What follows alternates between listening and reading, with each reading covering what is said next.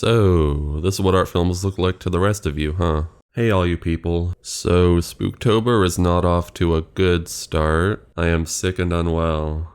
Unwell and sick. Speaking of which, I watched Titane in a theater, no less. And I still don't know how to describe this movie.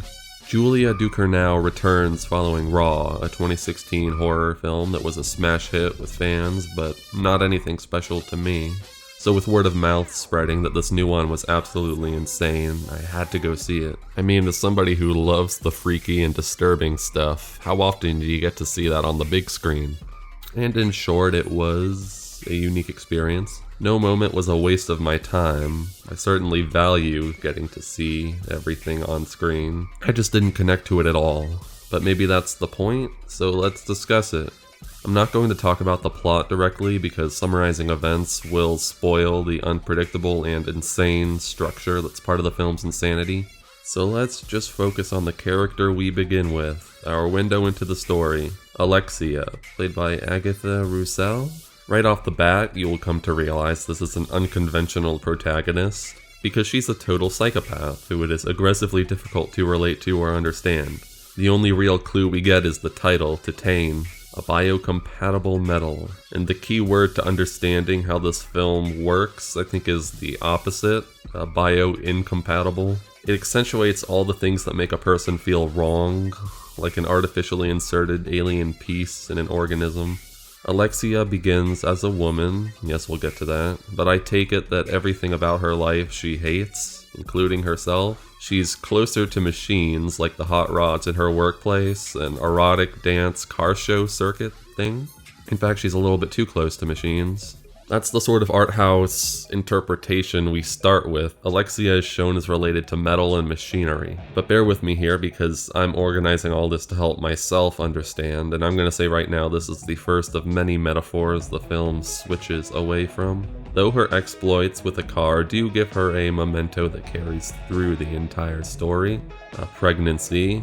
At least we have to assume it's some kind of car baby, because the metal and the motor oil leaking out of her. At the same time, Alexia's sex is also a big signpost. Her female body and gender are both things we come to learn really bug Alexia. But after the first act, which is filled with extreme violence, we progress to the real plot of the film, which is a mix of body transformation horror and emotional drama. We get introduced to our other main character, Vincent, played by Vincent Linden.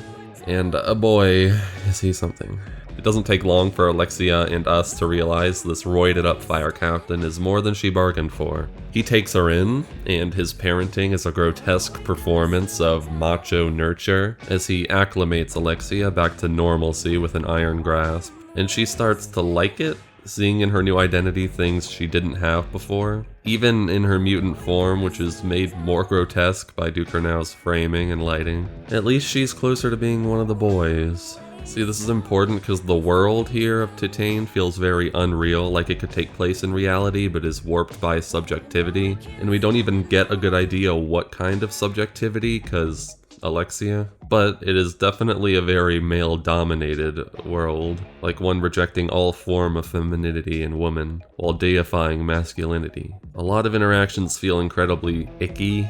The specter of sexual abuse hangs over even the father-daughter relationships. Alexia is so disturbing partly because her reactions to this are informed by her psychopathy.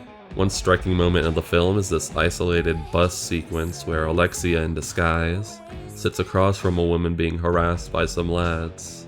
And the plot progression stems from her reaction to the setup, which is a complete lack in empathy and rejection of her place in the situation. She wants power, and the road Vincent Linden exudes is one of power through manliness. Of course, don't forget that throughout all this, the time bomb of her pregnancy is growing bigger and bigger. The suspense being that it will out her as not just an imposter, but a woman. I should take the opportunity here to praise the direction. The sound design and makeup accompanying Alexia's forced transformations are grueling. The story is dark and sinister, but there's carefully balanced black humor running through it. The gory and gritty violence and body horror is contrasted visually with soft, colorful lighting in the dramatic sections. And the music choices all fit in smoothly, whether they're leaning into the dark tone or contrasting it with some humor. So much could be distracting, but isn't. Even if I never understood why, the execution of every scene leads me to believe Ducournau had her intent. That's what's so strangely alluring about the film. I was engaged with it the whole time, even when I wasn't feeling anything from it. So what is this all about? I wish I got it, but to me it's a big huh. I do love seeing a director just going unleashed. Ducournau definitely has my attention as a director from now on.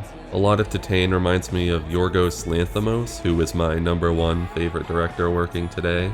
There's a bathroom scene very much out of Dogtooth, and overall the film reminds me of Alps, the least comprehensible and messiest of his Lanthimosian films, what I always described as the sociological horror. I think Titane is a very abstract film, more about exploring a theme or feeling rather than building a traditional plot to explain it. And to me, the overriding feeling here is wrongness.